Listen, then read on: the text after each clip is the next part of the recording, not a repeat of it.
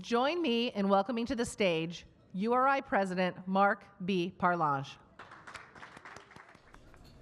So good evening, everyone. It's just so wonderful to see all of you. I have notes. I had the pleasure of talking to a teleprompter the other day, and now it's very hard to talk to notes. I just want to say a few things. First of all, URI Athletics in general has never been stronger, healthier, and the traditions are just fantastic. So it's really great that all of you came out this evening really to celebrate two very special classes. I've heard about you almost from day one when I joined the University of Rhode Island from our fantastic athletic director, Thorr Bjorn. And it's just a pleasure and delight. And I hope I get to talk to many of you this evening and, of course, get to see you in the coming days.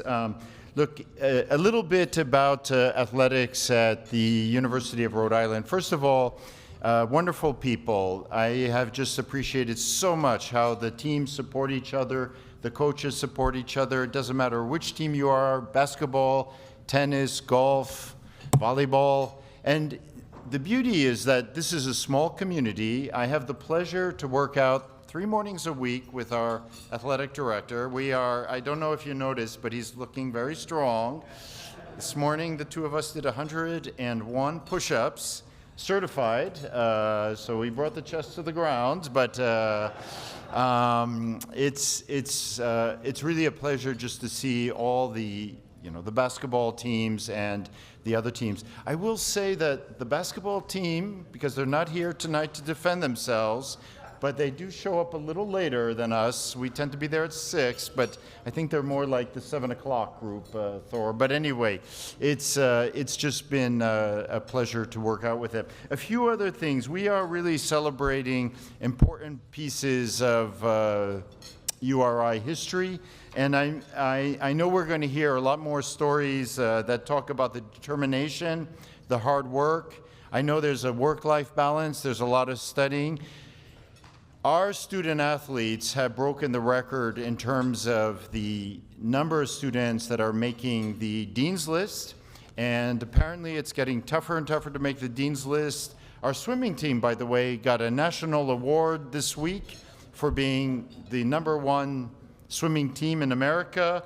So we are in so many different ways thankful and a better university because of our athletic programs. Now, I'm supposed to talk about a few things which I don't know too well. I've learned a lot about basketball.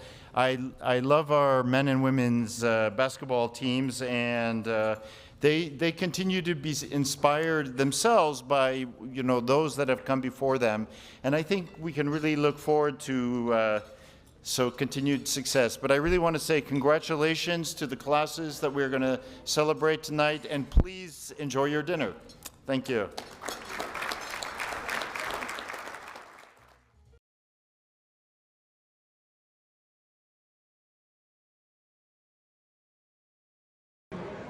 If everyone can please join me in welcoming to the stage our MC for this evening, Steve McDonald.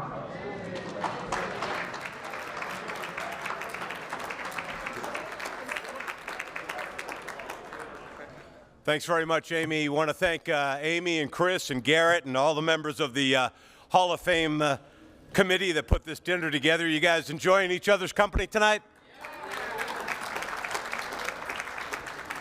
Fantastic time to get to reunite with some very, very good friends.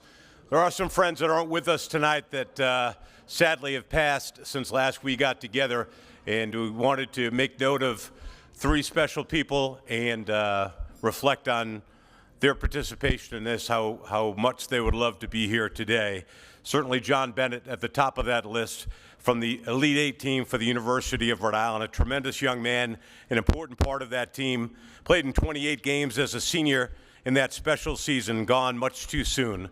Also Jim Norman, who was the voice of the University of Rhode Island Rams for over 30 years, and the sports information director as well, and he called all the games of the Sweet 16 teams in the late 80s. And Don Call, my broadcast partner and my closest friend behind the mic for both the the Sweet 16 team, and for the Elite 8 team as well. Please join me in a moment of reflection, please.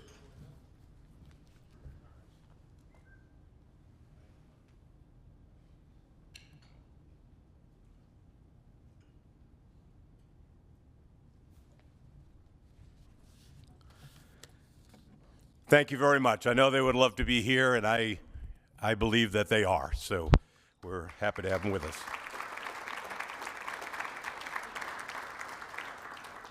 Enjoy dinner? Pretty good, right? Not bad at all. How about a nice round of applause for all the wait staff and everybody working hard back there?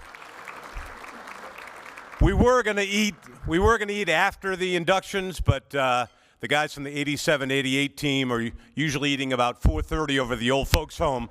So they were getting a little hungry, so we pushed everything up. So you think about it, right? Late 80s, 35 years ago. Late 90s, 25 years ago. So long ago that when these guys played, Carl Kuz's clothes were actually in style.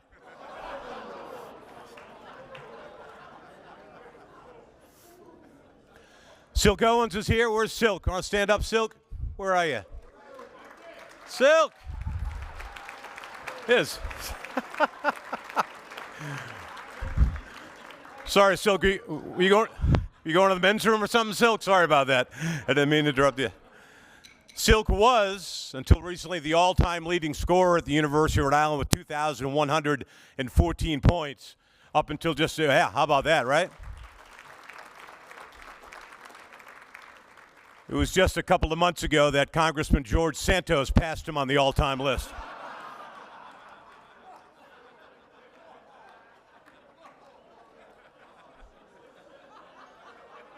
That 300-point game he had was really something special. I'll always remember it. Yeah. Time to bring to the stage Thorr Bjorn. Many titles for Thorr over the years. Our athletic director, our leader, certainly our friend. One more title, though, that I think for Thorr goes above those three right to the very top of the list, and that is Grandpa, right? Ladies and gentlemen, the best athletic director in the country and the best grandpa in the world, Thorr Bjorn.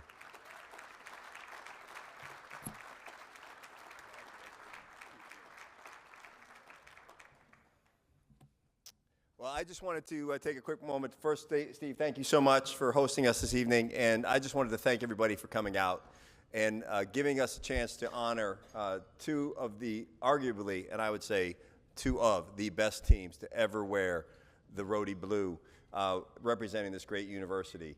The 88 team and 98 team, certainly many people would say tonight's honor and recognition is long overdue, and I will certainly agree with that and put myself first in that line to say that that is so long overdue, and you're also deserving of this recognition. Folks that played on those two teams and represented this university at a level that hasn't been reached since, and it's certainly something we're striving for every day. And so I do want to welcome you all back. I want to welcome the members of those teams, their coaching staffs, the trainers, the managers, all the folks that played a big part in putting those two fantastic years together, and also to the fans, the folks that came out tonight. This is a direct appreciation to both teams and to all of you and the impacts you had on so many people. And I know tomorrow when we recognize both teams at timeouts during the game against UMass, the fan base is going to be very thrilled and excited to pay their respects as well. So enjoy the evening, have fun, and thank you so much, and go Rhodey.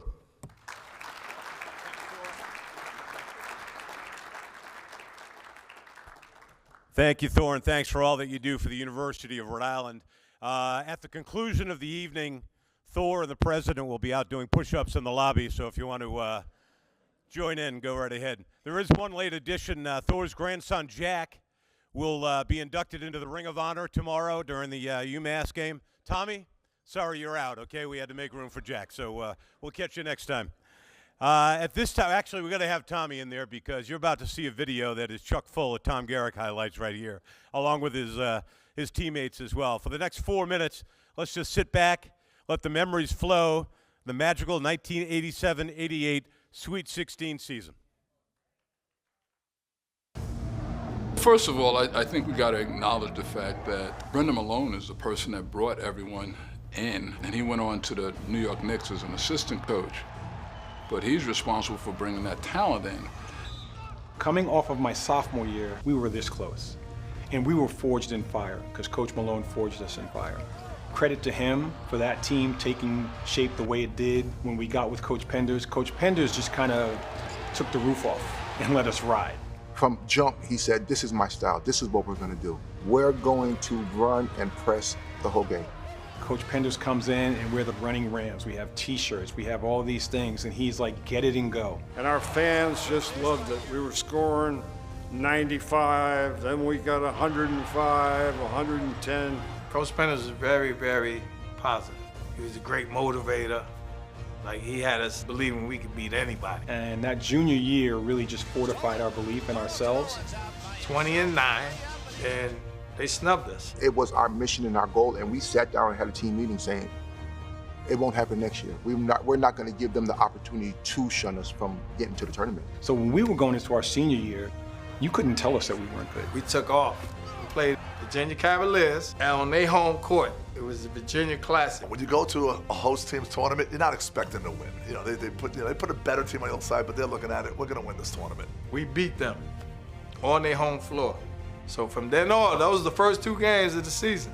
We believed in it. Beating everybody. Rutgers, didn't matter who. We beat West Virginia at West Virginia. We didn't beat Temple, but George Washington. I remember Silk, he threw a 75-foot bounce pass to me on the button.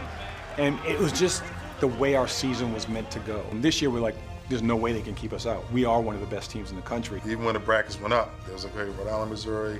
The second round game matchup between Syracuse and Missouri is going to be a great game. I was like, oh, okay, we'll see about that. So Coach Penders motivated us so much. We were so fired up. We couldn't wait to play that first game. Silk has a phenomenal first half. I think he had 20 in the first half, just crushing people. I had like 3 at half. I ended up with 29. I don't know what we won by. We ended up destroying them. Only one wasn't surprised was us. We're up against Syracuse next. Syracuse has like 5 first-round draft picks on that team. Everybody on Selection Sunday, all the experts from ESPN and CBS, every single one of them said that they were the team to beat because they had been to the NCAA finals the year before. They felt very confident, and we felt very motivated. They had already played Temple 3 times, so there was no fear factor of Syracuse. They'd been battle-tested playing Temple so many times and getting better and better. That year, 87, 88, Temple was #1 in the country. They was #1 in the country. For all of us, we knew that playing against Syracuse was going to be an eye-opener for the rest of the world, to let them know exactly who we were. We ran Syracuse right off the floor. They never got an opportunity to catch and go ahead of us. We shocked the world. URI shocked the world. We put URI on the map that game. Everybody know about Rhode Island, University of Rhode Island now. The A-10 ain't no joke, baby. The A-10 is no joke. So we took it to the Big East team. I came to the conclusion that Syracuse could be competitive in the Atlantic 10. He had us all like that, though. Like, we just had confidence, and it showed on the floor. But that happens when you have a group of guys who actually love each other and love being around each other and love playing with each other. They all brought something different to the table, and they all fulfilled their roles, and because of that, allowed them to be an outstanding team. It was a great mix. It was a perfect match for us to do what we did. Not only because we won, but because of the people I was doing it with. It was amazing to be a part of that team. It's those special moments that you have off the court too, as well as on the court, that you can't get back. Yeah, I wouldn't trade them guys for anybody. I wouldn't trade them. Right? I love them guys. Please welcome to the stage honorees from the 1987-88 men's basketball team. The 1987-88 URI Sweet 16 team.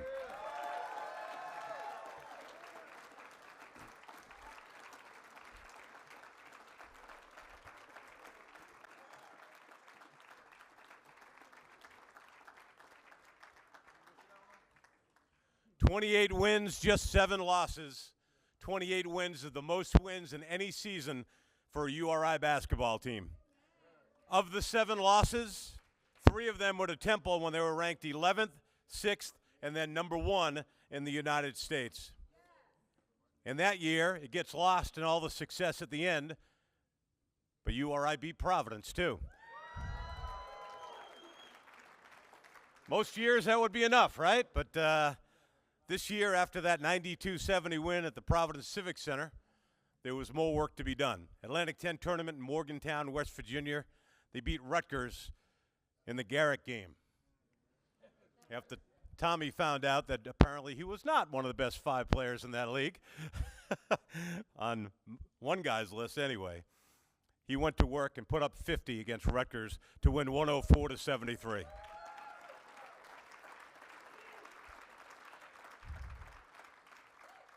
And in case anybody needed convincing, they knew where Tom Garrick was on the list for that Atlantic 10 season.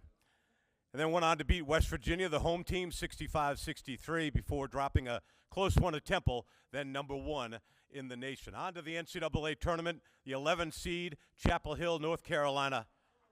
Number 6, Missouri, 87-80. Silk went for 24, Tommy for 29. 25 of those came in the second half. First 10 shots, you made 1 of them, Tom. I told Penders to take you out, but he said, no, I'm going to stick with him. And we went on to beat 3rd seed Syracuse, 97-94. You saw some of that on the video. Tommy dumped in 28 in that one. Kenny Green went for 23, 5 rebounds. Silk, 18 points, 7 assists, 0 turnovers. On to Brendan Byrne Arena, East Rutherford, New Jersey for the Sweet 16. And a 1-point loss to Duke, number 5 in the country, number 2 seed in the East. And we did it then and we'll do it now. We're blaming the refs for that one, right? Tommy, 3 fouls in the first 7 minutes, right? Put that whistle away, will you please? Oh, man. What a heroic effort. Sweet 16 team by the numbers. They averaged 28 wins, and as we said, the most ever by a URI team. And they averaged 87 points a game. These guys were the running Rams. 48% shooting, 41% from 3, and 74% from the free throw line. Let's meet the 87-88 URI Rams that were able to make it with us tonight. Student manager Lee Klein.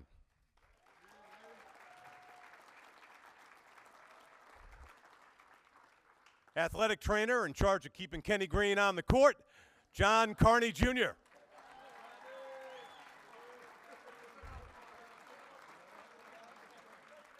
.6'3" senior, transfer from BU, couple of years with URI, went on to a coaching career at Kent State, TCU, Ohio, BC, Jimmy Christian.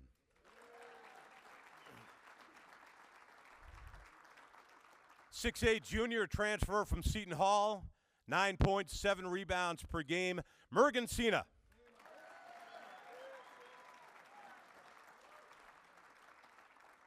.6'9" junior, averaged 6 rebounds a game, is number 6 all-time at Rhode Island in block shots with 144, Bonzi Colson.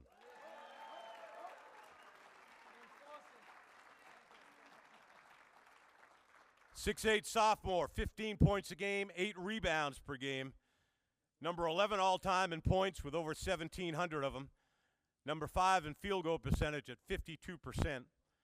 4th in rebounds at 996. We couldn't get him 4 more rebounds. You know what I mean?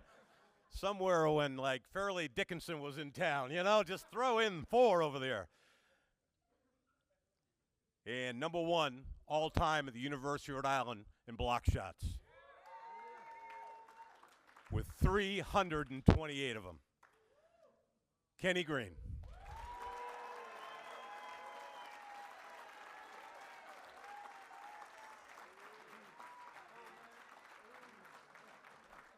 .6'2" senior, 21 points per game, 4 rebounds per game, 4 assists per game as well. Number 15 all-time in points with over 1,500. Number 7 in assists with over 400. Number 4 in steals with nearly 200. Number 1 in points in a game when he dumped on 50 against that Rutgers team that night. Rhode Island's own Tommy Garrick.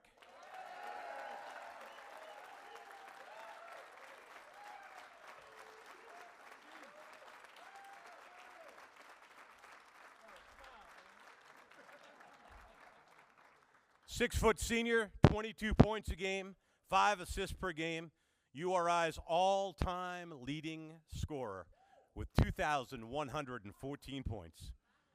Number one in got some fans. Number one in field goals attempted, so it's not like, like it gave anybody else a chance to catch you on that all-time scorer list. But he was and is number 2 in assists at the University of Rhode Island. But he's 200 assists behind Tyson Wheeler. So number 7 in steals with 168 of those, Carlton Silk Owens.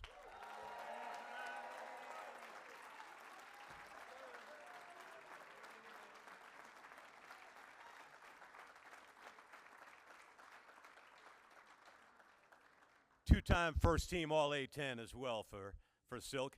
Head coach Tom Penders couldn't be with us tonight representing the coaching staff, though. We've got one of Rhode Island's dearest friends and one of our greatest coaches, an assistant coach for this team, Al Skinner. 9 seasons.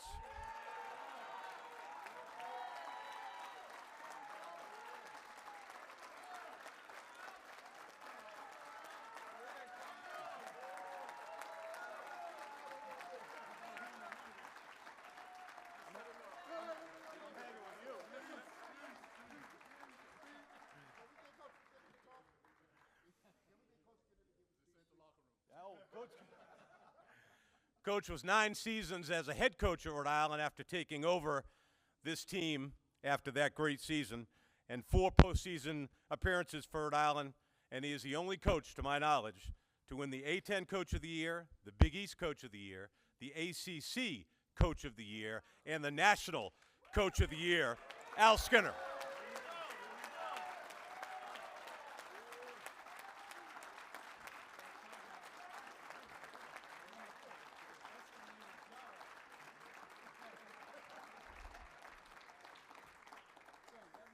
That's enough for Al, all right?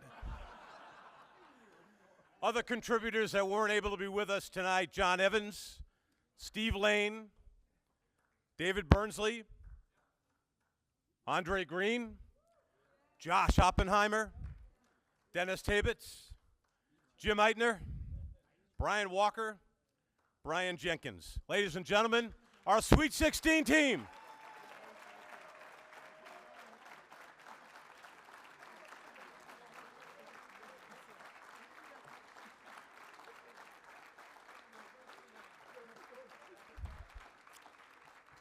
You can take your seats. In order to give us some more insight into this season, we would like to bring up Tom Garrick to speak on behalf of the team. Tommy?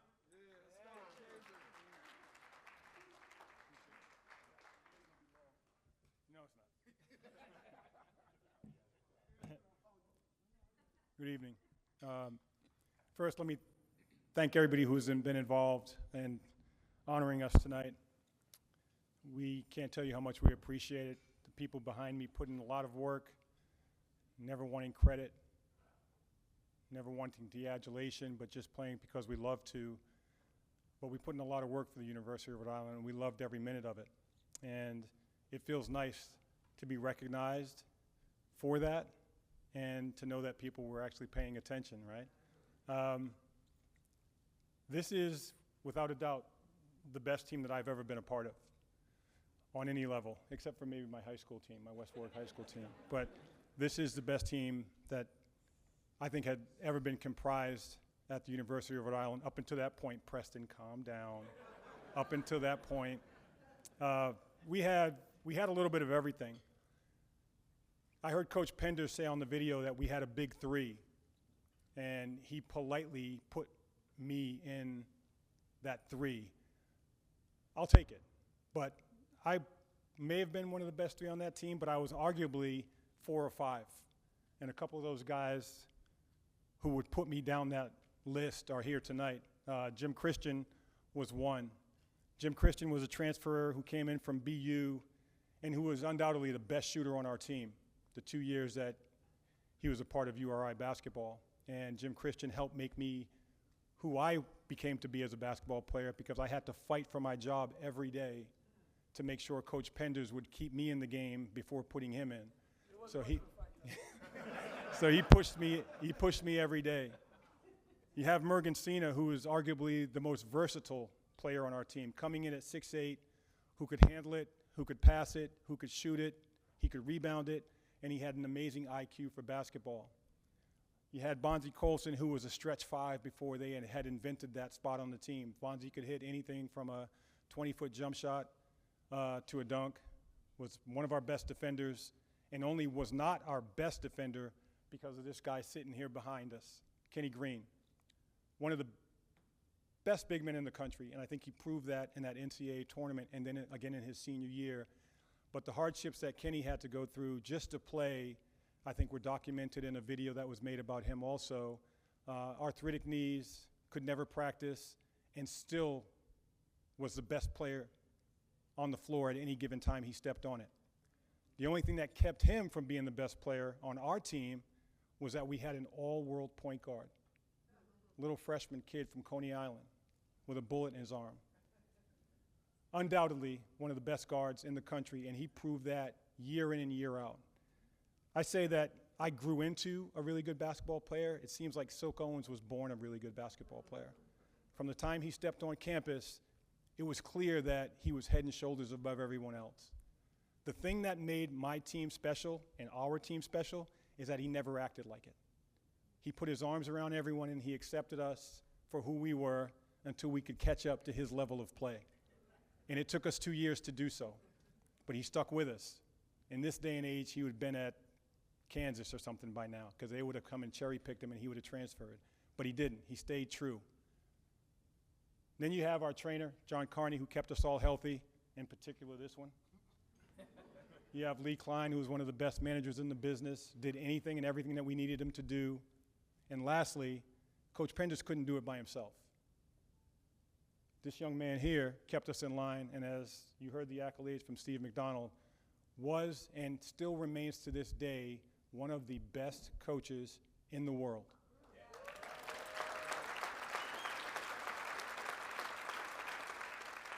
So I am very appreciative to be here tonight and be counted amongst their numbers, but I'm going to step aside and let Coach Skinner tell you a little bit about our team from his standpoint. But I think I'm one of the only guys up here, if not the only. I am Rhode Island born, I am Rhode Island bred, and when I die, I will be Rhode Island dead. Thank you.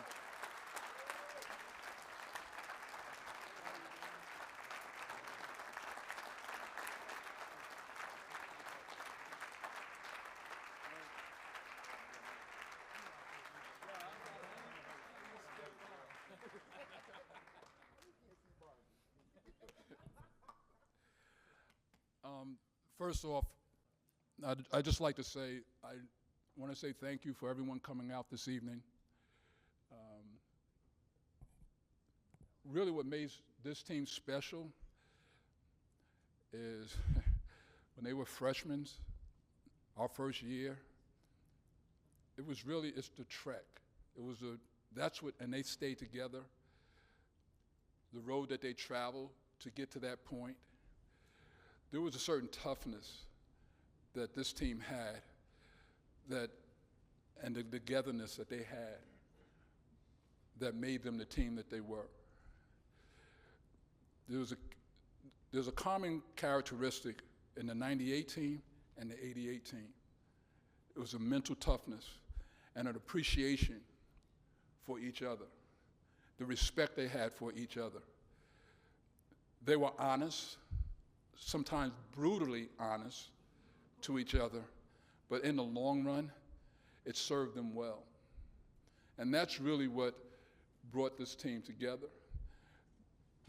Carlton and Tommy's freshman year, Tommy was told to go play football, You know, I don't know if Carlton was ever going to play after his sophomore year. It's just, I mean, he was talented. Kenny Green was limping around. And, you know, it just was not, but they all stuck together. They all had reasons to quit, to stop, to go on, to move, but they stayed together and agreed. The change from Brendan Malone that brought them together, but the change to Tom that allowed them to play and to open up the game a little bit more for them. It allowed them to be successful. It taught me a lot. You know, some of the accolades or some of the things that were mentioned today about me, I learned from this team. I learned from what it took. I mean, I was a player, but I wasn't a coach. So I had to learn to coach, and I learned from this team on how to coach and how to coach well and how to bring them together and make them successful. That's what they taught me. This team, as the 98 team, the mental toughness that these guys had, you had to be in the locker room to truly appreciate it. The conversations that we had, there's no way that we could ever speak to them publicly. But again, it's that honesty that both of these teams had that allowed them to be as good as they were. I just want, again, I cannot say any more proudly how I feel about everyone coming out this evening and acknowledging the successes that both these teams had had. It was always a pleasure for me to coach at the University of Rhode Island. To be honest, I said this when I got inducted into URI's Hall of Fame. I thought I was going to be the black Frank Keeney. It didn't happen, but I'm still proud of this, what we accomplished. I'm proud of the association that I've had with these young men. And again, thank you very much for coming out this evening and supporting us.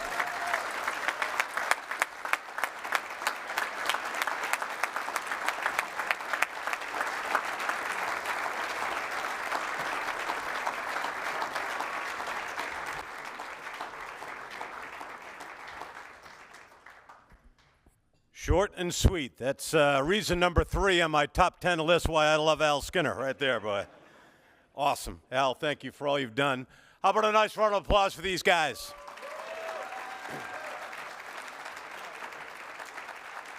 Thanks, guys.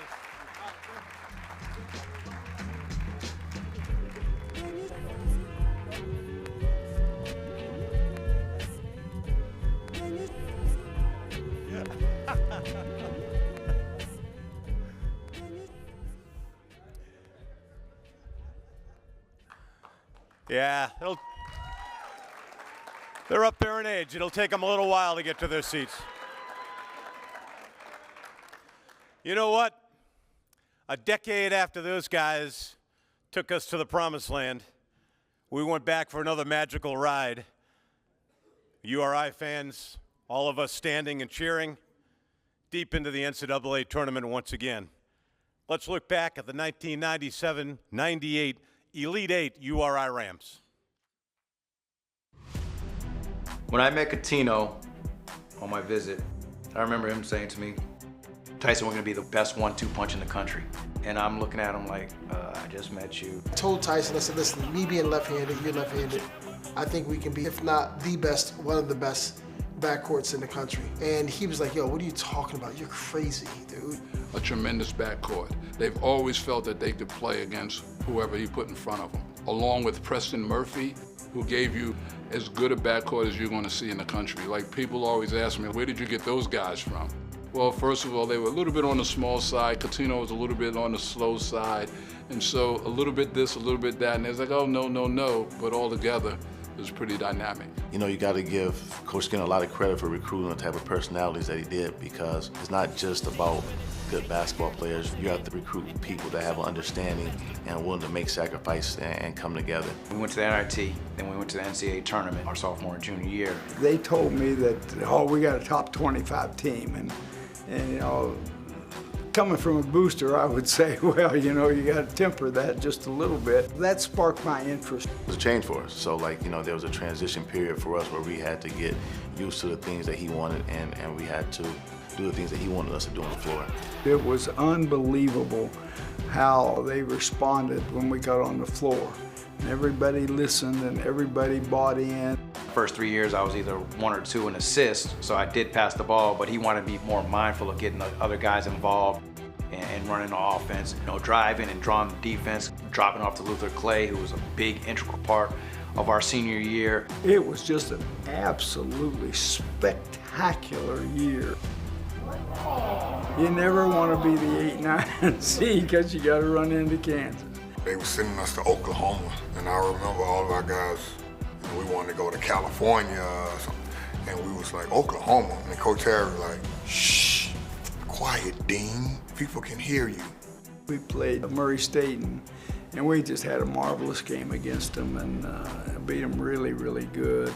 And I remember everyone wanted to play Kansas because, again, we were a very confident group, and we felt that we could beat Kansas. They were the best team in the country. They were Paul Pierce, Rafe LaFrance, and nobody thought that URI was going to beat them in the second round. Harry was a master motivator. He had a really inspiring way of getting you to kind of pull your best out of you. I remember before that game, I'm walking out past Harry, and I hear him say to the ref, hey, it's a big game for you, buddy. And I remember the referee having this look on his face. I was like, wow, he's motivating him too. Their guards were good players, not great players. They weren't as quick as my guys, and as soon as the second half started, I noticed they came over half court, and they're going to go right for the jugular. And I said, that's interesting. We put 2 in the corner, and we just spread the floor. And I said, spread the floor and take them. You know, the guards, we were taking apart. We got these dudes. Coutinho always had that confidence that he would be the best player anytime he stepped on the court. He wanted to go at them and make sure that we were going at them. There were not anybody in college that could guard Tyson Wheeler one-on-one if you pressed him. Luther Clay was playing well. Antonio, Josh King hit some shots. Preston came in and played really well. David Arababu, who was our bruiser and bully, was knocking those dudes around, and Coutinho was Coutinho. Just remember, Josh King just stepped up on the wing and really kind of put the nail in their coffin. You got to see the best attributes of everybody in that one game. It was just a celebration. I said, Valpo who? And David Arababu was like, hey, don't get ahead of ourselves. But it was a tight game. It came down right to the end, and we shot and missed, and Antonio Reynolds-Dean got the rebound, went up for a layup, made it, got fouled, and that put us up 5. And we won the game. Going that far, going from 7-20 to the Elite 8. We were a great knit group. We all liked each other. We all fought for each other, and we all learned in group throughout the years, and we learned how to win. I wish I could relive that moment, that month and a half, 2 months, just being on campus. Went too fast. If we'd had to bounce the ball to go to the Final Four, in my heart of hearts, we might not have won it, but we really had a great chance to win it. And I think we could have played with all those teams at the Final Four, and we really might have had a shot at winning it all.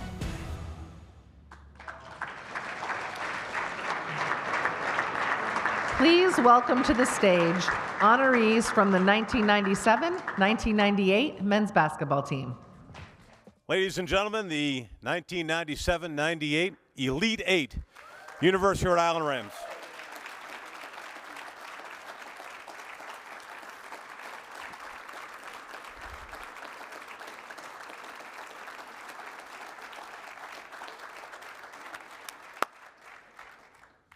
(25-9, 12-4 in the Atlantic 10), finished the season as the number 11 team in the country in the coaches' poll.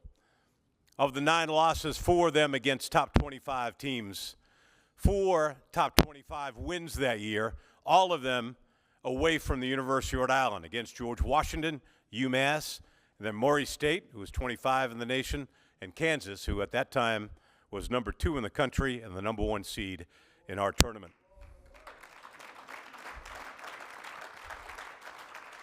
Atlantic 10 tournament, Spectrum in Philadelphia, quarterfinals, defeated Dayton 83-70. Semifinals, top seed Xavier from the West. And Rhode Island lost that one 95-80, but it was on to the NCAA tournament and bigger things to come for URI. Midwest region, Oklahoma City as an 8 seed. Beat number 25 Maury State. You saw it. You saw Coach talk about it and the players as well. 97-74. Antonio Reynolds-Dean, 16 points, 7 rebounds. He had 4 block shots in that game. He was 8 of 10 shooting. Preston Murphy had 16 points. Tyson, 14 with 5 rebounds and 7 assists. And Big Lou went for 14 points and 9 rebounds. And then Rhode Island took on Kansas with that 80-75 win. Pierce, LaFrance, Roy Williams. It was kind of nice to see Roy Williams cry after that game, I'm going to tell you right now.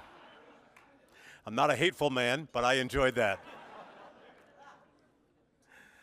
Cat dumped in 27 that day, had 5 assists. Tyson went for 20 with 8 assists, back-to-back threes, if you remember. Put Rhode Island up by 10 with 8.5 to go, and we were on our way. Never as nervous as I've been in my life watching those guys finish this one up. But I tell you what, it was something. St. Louis was next, the Sweet 16. And the thing about the tournament, right, the hotels go by seating. So we were in a Holiday Inn in Oklahoma City because we were an 8 seed, right? And then we beat the 1 seed, Embassy Suites in St. Louis, baby. We were on our way, first class. Nothing against Holiday Inns, they're fine. But it's nice not to sleep in the same room you watch TV. That's what I'm telling you right now, okay? St. Louis, first it was Valparaiso, a 74-68 win, 5 double-figure scorers for Rhode Island, with ARD picking up a double-double, 16 points and 11 rebounds. Cat had 16, Luther 14, P. Murph 12, Tyson 10. And then the game against Stanford. We're blaming the refs again. That's what we're doing, blaming the refs again. Stole it from us at the end, but a 79-77 thriller of a game that ended up eliminating Rhode Island. The Elite 8 team, by the numbers, 78 points per game, 15 assists per game, 45% from the field, 37% from 3, and 71% from the free throw line. Let's welcome the players and staff members that were able to make it here today from our 1997-98 team.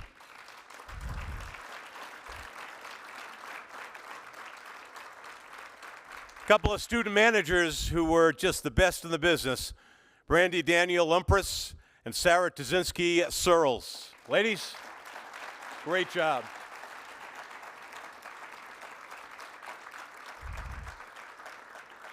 Our athletic trainer, Carlo Cantarella. Carlo was terrific. He is now the head athletic trainer over at Rhode Island College and has been for years, and we appreciate all Carlo did for the University of Rhode Island. 6'1" junior, 9 points a game, 3 rebounds per game. Number 40 in points all-time at URI with over 1,200 of them.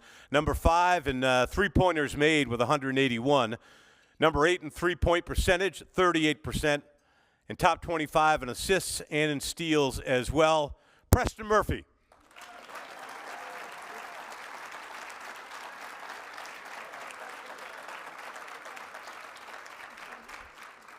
.68 senior, 9 points, 4 rebounds per game.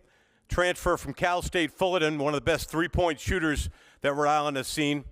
38% from three-point range, number 9 in three-point percentage all-time at the University of Rhode Island. And best single-game three-point percentage, shooting a perfect 5 for 5 against Boston University in that year. Josh King.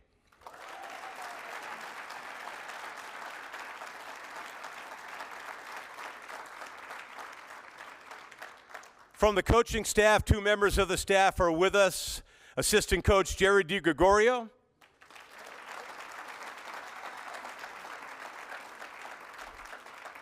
And the head coach, Jim Herrick.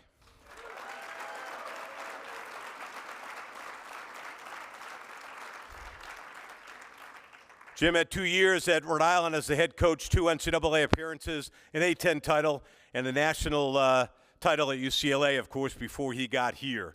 We also want to acknowledge the players that weren't able to make it today, but were a big part of that magical season, Cuttino Mobley, Tyson Wheeler, and Antonio Reynolds-Dean.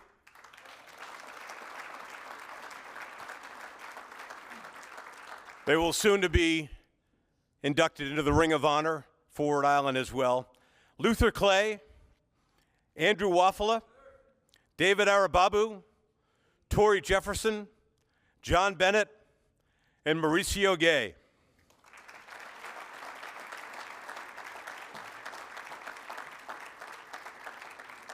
Representing the player is one of URI's great three-point shooters, Preston Murphy.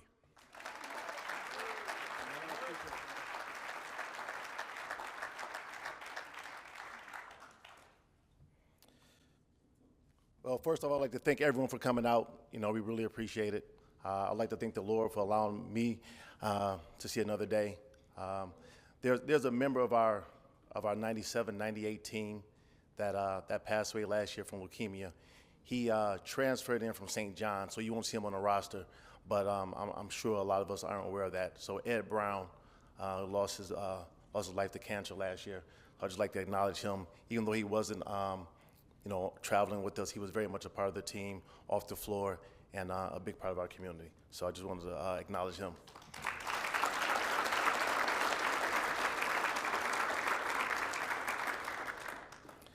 It's an incredible moment when you're able to sit back and kind of reflect and celebrate on your accomplishments. I mean, the '88 team was fantastic. You know, that always gave us kind of like a goal to go after as a '98 team. And it's a tremendous day when you're able to sit back and kind of reflect on that. You know, given the last couple of years, I think that it's very important to celebrate accomplishments of teams and individuals while you still have the opportunity to. The architect of our 97-98 team, Coach Al Skinner, he did a masterful job of evaluating talent and people. You know, we had players from Germany, California, Philadelphia, Ohio, Atlanta, Connecticut, and myself being from Michigan. Not to sound too cliche-ish, but I believe that we were a collection of better people than we were basketball players. We were great friends off the court. We were great in the community, and we were great in the classroom. Well, at least some of us were. But it was a very special group, a special unit, and it was put together by a special coaching staff. Coach Skinner was a man of very few words, but when he spoke to us, we listened. I recall a time as a freshman getting off to kind of a slow start shooting. And I was like, wow, it wasn't going great, maybe 6 or 7 games in. And Al brought me into his office and he said, hey, if you're going to continue to shoot the ball like that, I'm not going to be able to play you as much. And as a 17-year-old kid that was used to scoring a lot of points, that was like earth-shattering. I was like, wow. When I was scoring, I'm not able to shoot. What's the purpose of playing this sport? And I had to do a little self-reflecting. But I did what I needed to do to get on track. But Coach Skinner did a good job of really setting a foundation of accountability and really telling truths to us. As a guy that's been in coaching for the last 16, 17 years, I believe that's missing in grassroots basketball, people really telling the truth. And I think that's a great characteristic that Al instilled on that team and kind of laid the foundation for what we were able to do that 97-98 run.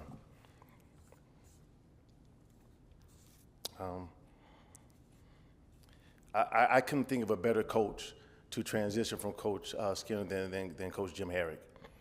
I mean, he was tremendous for us as a team. He was exactly what the doctor ordered. He was exactly what we needed. He kept us all connected and very focused on winning, especially with that national championship pedigree that he brought to Kingston. He had a lot of signature sayings. I mean, he had Coach could get you to, he would pull the best out of you one way or the other. One of my favorite sayings were, and this usually happened like a Saturday morning early practice. We'll be dragging a little bit, and he'll walk by and say, hey, Murphy, you can't hoop with the Owls if you want to soar with the Eagles. and he would say these sayings that he would walk away and leave our presence, and then we had to think about it for a couple seconds, like, all right, How did he know we were out? But he had a way of knowing it, and kind of motivating us. So it was great. Another one of his sayings that he used to say is that he missed that shot so bad he made it, and so that was when a guy would shoot a shot and bank it in, then call it backboard. So he would say that, and it was always just enough just to leave you on the edge of your seat, and he would just walk away and finish on what he had to do. But one of the greatest things he did for our team was to keep our egos in check. Coming off of 2 postseasons, everyone wanted more, and he did a great job of getting us to sacrifice for one another and keeping us all connected and together. And probably the most influential one of his catchphrases were, let me make sure I get this right, Coach, I don't want to mess this up, is that it's amazing what you can accomplish when no one cares who gets the credit. And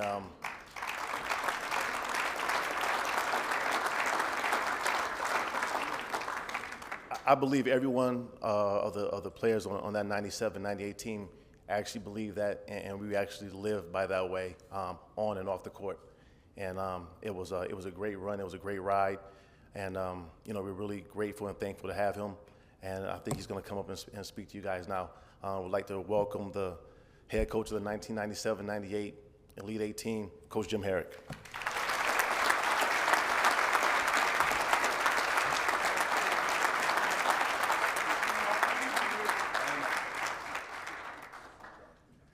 Thank you. Chief, you and Silk and Kenny and Bonzi and, boy, dang, Al, I'd hate to play you guys. I don't want any part of you, man. You were tough. You really did a great job. And I've got a lot of great memories, and I had 2 of the greatest years of my life here in Rhode Island, and got a lot of friends and just great memories. Steve McDonald, as funny as he is a great friend. We'd had a great job together, and I can't stand here without mentioning Don Call, who we lost recently. And Don and I used to take walks every day on the road before a game, and we just talk about everything. He was a wonderful guy, and it just brings back all kinds of things that Rhode Island provided for us. But we really had a nice run in that year, and I looked at our basketball team, and I had some real questions, and one of them was Luther Clay. Luther wasn't as highly motivated as I'd like a player to be, and we kind of had to struggle with him and get him in shape. And once he made a dunk against Providence in the Civic Center, he just kind of came right to us and gained his confidence, and it really helped him a lot. And I remember going to the spring meeting and of the A-10 coaches, and Catino Mobley was not in the top 15 players in the country. And he ends up being the MVP of the league and playing 11 years in the NBA. So he was quite a good player. And we started the season, and everything that we did, the system and everything, that kind of fell right into place. And Catino started the season 8 for 8 at home in a preseason NIT game against North Carolina Wilmington, and then we went over to UConn, and he went 6 for 6. He went 14 for 14 before he missed a shot, and so he got off to a great start. And our team was going pretty good, and I know we opened the league. I looked at that, and they opened the league, and we got to go to Temple and to St. Joe, and St. Joe's coming off a Final Four year, and I said, dang, welcome to the league, Harry. I mean, good Lord. And Cat goes for 30 going home to Philly against Temple, and we turn around and Tyson goes for 35 against St. Joe, and we got off to a good start in the league. But really the best team in our league that year was Xavier. I mean, they were hands down above everybody else, and then Temple was really good. And we got 5 teams in the NCAA tournament that year, and we upset Xavier at home, and came back in the NCAA in the A-10 tournament, and they just hammered us, just beat us like a dog. And that was a good thing for us. We got an extra day off, and we got a chance to get into the guys a little bit and have a little fun with them. And we came back and got in the tournament, and lo and behold, the great NCAA, they have a great way of telling you things. The Murray State coach, Mark Gottfried, was my 7-year assistant at UCLA. So lo and behold, they put us together in the first round, Murray State and URI, and we had a good game against them, beat them pretty good.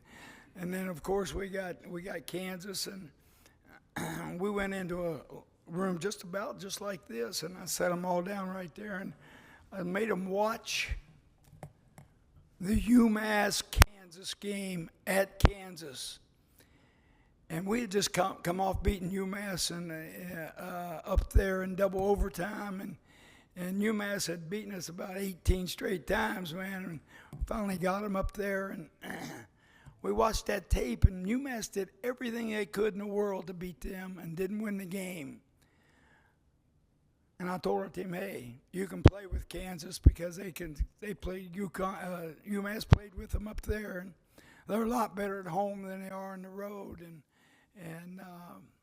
it was just a fantastic game. And we were down 6 at half, and as you saw in there, they came out second half. They were going to stick it in our throat and cut the jugular off and put Murphy in. We spread the floor and took them one-on-one and just beat them like a drum.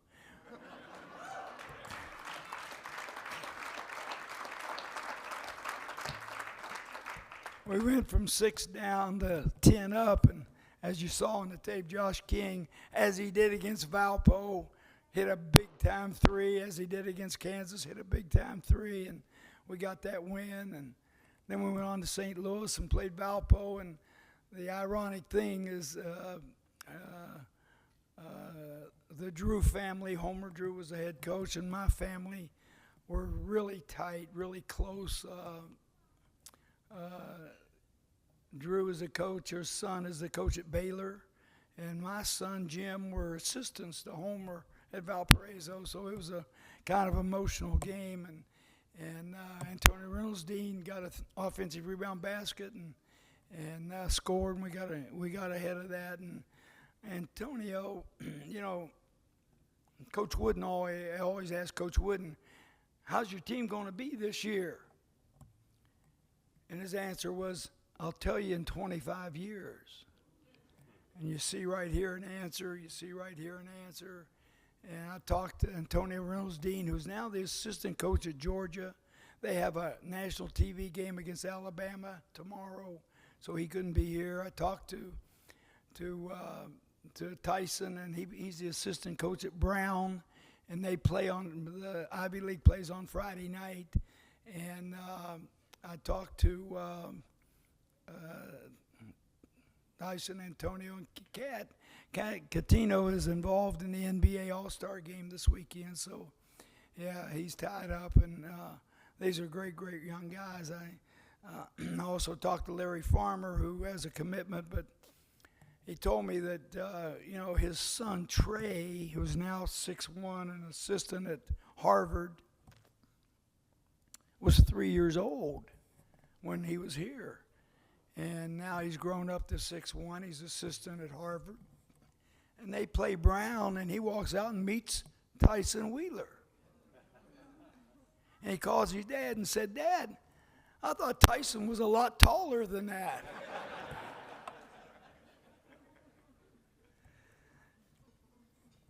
I didn't know you guys had a bad call in the game, and the sucker called our game still got the whistle stuck in his throat, and he didn't make the call at the end of the game. And I go to bed many nights thinking about that guy, and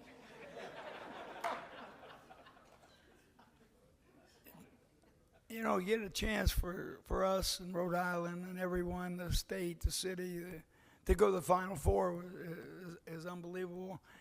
And I don't know. Catino Mobley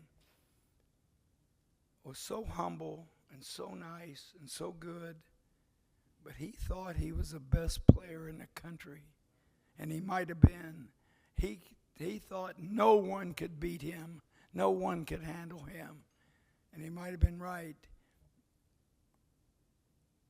And if we'd have gotten a chance, I truly believe in my heart we'd have won it all, but that's just me.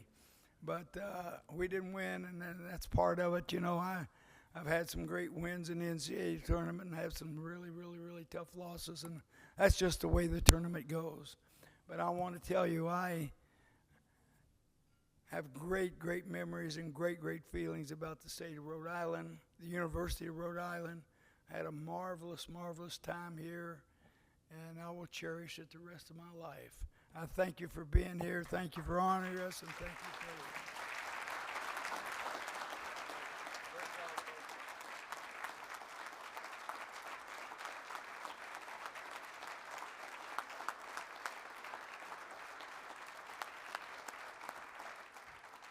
Ladies and gentlemen, the Elite Eight team from the University of Rhode Island.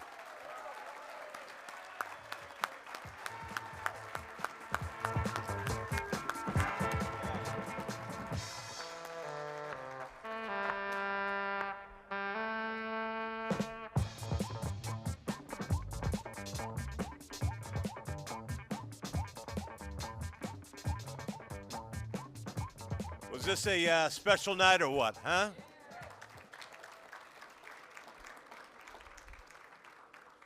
Want to thank everybody for making it out tonight, and thank everybody for their recognition of excellence in both our Sweet 16 team from the late 80s and our Elite Eight team from the late 90s. And what I love about the University of Rhode Island is that while it's great to go to the Sweet 16 and the Elite Eight, we don't have to. And in the years that we don't, we support our team and we get out and make sure that we are Rhodey fans all the way. But it's nice to have years like those, aren't they, huh? Sweet 16, Elite Eight. Thanks so much, guys, for coming. We appreciate making the effort to be here. The coaches, the players as well. Thank you as well, and go Rhodey.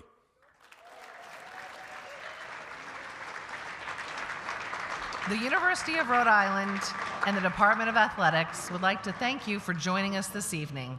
Please drive carefully and go Rhodey.